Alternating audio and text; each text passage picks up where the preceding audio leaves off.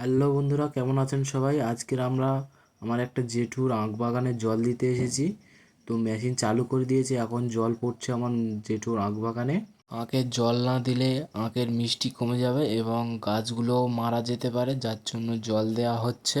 তো আমরা এখন শিম গাছ কাটতে চলে এসেছি। শিম গাছ কেটে দিচ্ছি কারণ কিছুদিন পর এই জমিতে আমাদের চাষ হবে, যার জন্য শিম গাছ কেটে দিচ্ছি। এখন শিমের দাম কমে গেছে, এখন শিমের দাম 3 টাকা করে কেজি, যার জন্য আমরা এখন শিম গাছগুলো কেটে দিচ্ছি। অতিরিক্ত বিষ খরচে আমাদের অনেক ক্ষতি হয়ে গিয়েছে, যার জন্য আমরা শিম গাছগুলো কেটে দিচ্ছি। তো এখন আমার বাবা এখানে শিম গাছগুলো কেটে দিচ্ছে।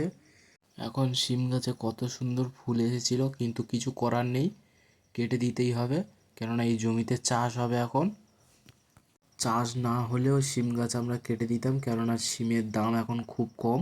আমরা এখন শিম গাছ কাটি। এর এই পর্যন্ত আমার মিনি ব্লগটি শেষ করছি।